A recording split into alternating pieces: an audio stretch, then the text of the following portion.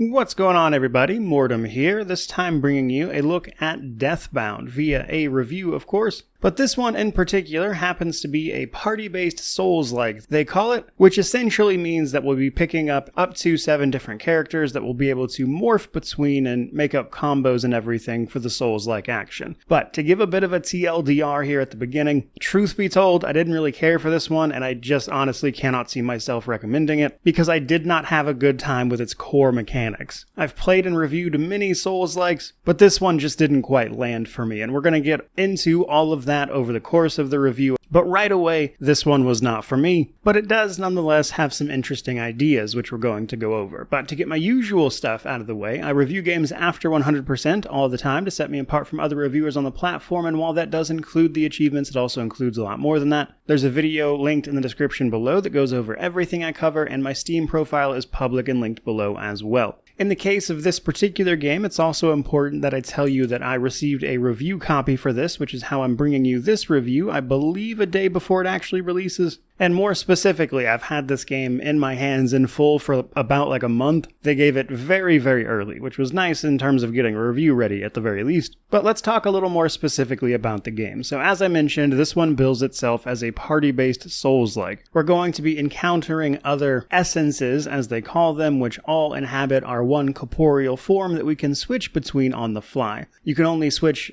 between up to 4 at a time, but there are a total of 7. This forms your combos, and depending on which essences you have equipped, you'll also take on bonuses and detriments based on how much those ones get along, basically. The rest of it is a little more standard Souls-like fare, albeit a bit reined in given that this is much more of a AA production than something all that expansive. For instance, we have a level cap of 109, a relatively linear run through the game, though it is technically an interconnected world, so a lot of familiar stuff and a couple of interesting ideas in there. Now, one familiar place is, of course, the difficulty. There are no real difficulty options for this, it's just the one. Though it's important to mention that enemies and everything you're going to be fighting, even in New Game Plus, are all pretty well static, so they don't get stronger, and thus it is possible to sort of grind your way up in levels to tear through enemies and encounters. In particular, though, I will say by the time you reach the game's max level of 109, you'll likely be destroying stuff just simply based on stats alone, so there's that. Now right out of the gate, let's talk about the technical state of this one. Though it's important to mention, as this is going up a day before the game is officially live for everybody, I only have my own experiences to go off of, using, of course, my own hardware, which may not be representative of how it runs for everybody once they get their hands on it. So if you want my own specs, they're in the About section of my channel. But even with that said, while the game mostly was pretty good, and I didn't run into any game-breaking bugs, I did have 2 specific problems I wanted to mention. One, the game would occasionally stutter and dip FPS, which is pretty common in these Unreal Engine games. But another more pressing issue is that sometimes the controls would become unresponsive, and anytime that happens for any game, I just switch to backup keyboard and mouse just to make sure my equipment isn't dying or something. And even when I did that and my characters had full stamina, sometimes the controls would just stop working. So if at any point during some of the footage you're about to see, if it looks like my character is suddenly standing still for no reason, chances are I was spamming the attack button and nothing was happening. Though I will say that this game has been patched a couple of times since I got my hands on the initial preview copy, and in that time they've fixed what was a very odd camera situation, for instance. So the camera itself is much better now, but hopefully they'll get these other issues patched out pretty quick. But there wasn't anything that made the game completely unplayable. Now, we don't really create a character, of course, because we're playing all of these different characters, each of which has their own stats associated, combat styles, health, stamina, etc. So let's go ahead and get straight into the story of this one. The story of Deathbound basically sees a conflict between the Cult of Life and the Church of Death, taking place in a city known as Akrata. Once upon a time, human beings were immortal, but after someone died, via a ritual, death re-entered the land. The goddesses of life and death are fragments of the original goddess of time. And these 2 goddesses are inherently at odds with each other, being of life and death, especially since everyone used to be immortal. And this has been divided up into two faiths, basically. The Cult of Life, which is trying to restore that immortality, and the Church of Death. People who believe that death is release from eternal suffering, more or less. Now, in particular, though, we have to get to the bottom of some sort of experiment that the Essence Mancers, or people from the Cult of Life, were performing here, all of which spirals into a slightly grander narrative with some plot twists, of course. But while the basic setup is interesting, and I appreciate the atmosphere being a blend of, I would say, more classic fantasy and modern technology, it unfortunately, as a whole game, I think fails to kind of become cohesive or have a clear vision of what it's trying to be. And what I mean by that especially is when it comes to things like the actual writing. Your first character that you pick up is a zealot of the Church of Death, for instance. So he has this very serious, austere way of speaking that is almost old-timey, and then the very next character you pick up is a thief who sounds like a modern-day teenager with the vocabulary to match. And they do this over and over again as they introduce more characters, and as a whole game, it winds up just feeling a bit disjointed, especially when you've got one character dropping F-bombs every 5 seconds, and to me at least, it just came across as feeling very strange, if anything. That said, the game ultimately has 2 different endings, and New Game Plus is available if you'd like to continue playing afterwards, and while you'll bring all of your progress forward, there is, again, a limit on the levels you can achieve, and enemies don't really get any stronger in New Game Plus either. Which brings us to the progression systems of the game. I would say pretty standard Souls-like stuff for the most part. As we defeat enemies and progress, we'll be gathering up experience, which can then be used at our proverbial bonfires, which in this case are phylacteries. And every time we have enough experience to level up, we'll spend that on one of the skills or nodes on this skill tree. Now these are divided up by your 7 characters as well, each of them representing a specific increase to a specific stat for all of your essences. Now some of these are specific to individual characters you'll have picked up, but all of these bonuses apply to everyone, with the bonuses in those particular nodes simply being more catered to what that character's skill is all about. But basically, as you level up and spend more in this tree, the bonuses and stats to all of your characters will start to rise, and this makes a huge difference, as when I initially got to the last boss, as an example, I had a bit of a hard time, so I just went back and did some grinding for levels and came back to just destroy them. But outside of that, another portion of progression is your talents. Now, you get these by doing 2 things: collecting all of these skills for an individual essence's nodes on the skill tree when you're leveling up, or finding a memory of that character's past while you have them equipped. So you'll find these little areas where you can see that there's some sort of distortion in the air, and if you have the right character active, you'll be able to click on it and then it'll show you a memory from their past, and at the end of it, you'll get a talent. These talents give huge passive bonuses to certain abilities or attacks that character has. For instance, the Huntress was able to hit enemies with a bleed attack, the Thief got poison added to her attacks, that kind of thing, but also more specific stuff, and it was cool enough for what it was. Now, the other bit of progression is your equipment, which comes down to an artifact and 2 rings that you can put on. So they did something kind of cool with this particular system that I liked, which was that as you defeat certain enemies, you'll pick up magic and technological catalysts, I think they called them, and you use those along with some experience to upgrade both your artifacts and your rings. However, you have a choice about which one to use, as all of these items will have 2 different bonuses, and you can choose to upgrade which one you would like to increase based on which type of catalyst you use to upgrade it. Or you can do a sort of combination of the 2. And while it's not anything groundbreaking or whatnot, I thought that was just a neat little system that was fun to interact with and prioritize certain bonuses over the others, and truth be told, it was probably my favorite bit of progression from this game. But those are the primary forms of progression to be aware of, with, I would say, the other stuff simply being, of course, gathering the essences of other characters as you progress, and then also simply unlocking shortcuts in this sort of interconnected world. But again, it's a fairly linear one, so that is very minor. Which brings me to the gameplay and world section section, which will be a bit short because I've already covered most of it, truth be told. As I mentioned, it is a Souls-like, so we move through that world in the expected manner, fighting enemies as we go, finding phylacteries which serve as our checkpoints, and if you explore enough, you can find little secrets and the like, the occasional person to talk to, but most of it is simply fighting through enemies. Now, when you die, you get loaded back to your checkpoint with the enemies reset, and you'll have lost your experience or your essence, and you have to go get it, and if you die again, it's lost forever. And while that's a common enough risk versus reward system in place with basically every Souls-like, I think this one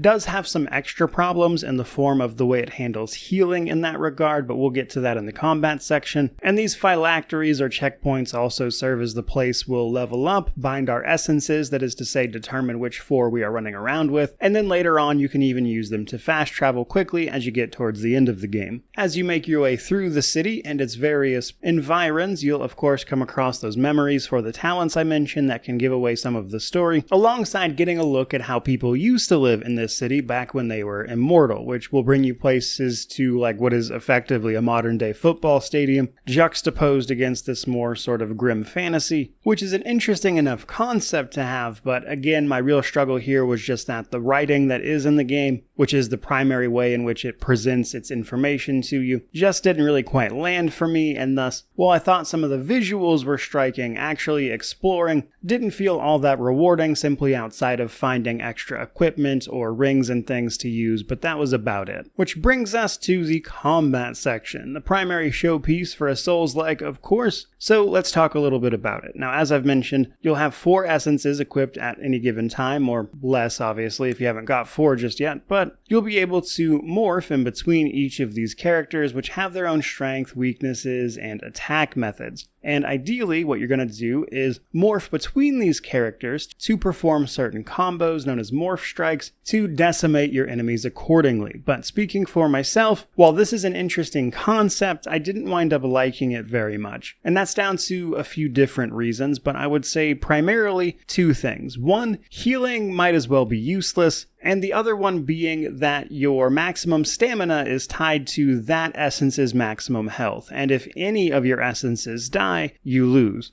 And those things combined to make a combat system that, for me, just wasn't all that satisfying to engage with. But I said healing's useless, so what's that about? Well, you get healing items like you do in basically any Souls-like, but they're not very good. For a few different reasons, you don't get more, you don't ever improve how much they heal, which means at a certain point level-wise, they're effectively useless just because they don't heal enough of your health to matter. The way the healing items work beyond just that is that they heal your current essence at the expense of health from your other 3 essences. And when you look at the health your essence gains in comparison to the health the other 3 just lost, you are quite literally losing your total amount of health available to you. You are losing more potential health than you are actually gaining, which feels terrible just at a glance. Now, the way you want to work around this is by simply hitting the enemy, because hitting enemies will rejuvenate a tiny bit of health to the essences you are not currently using. And then the other one is certain items you can pick up called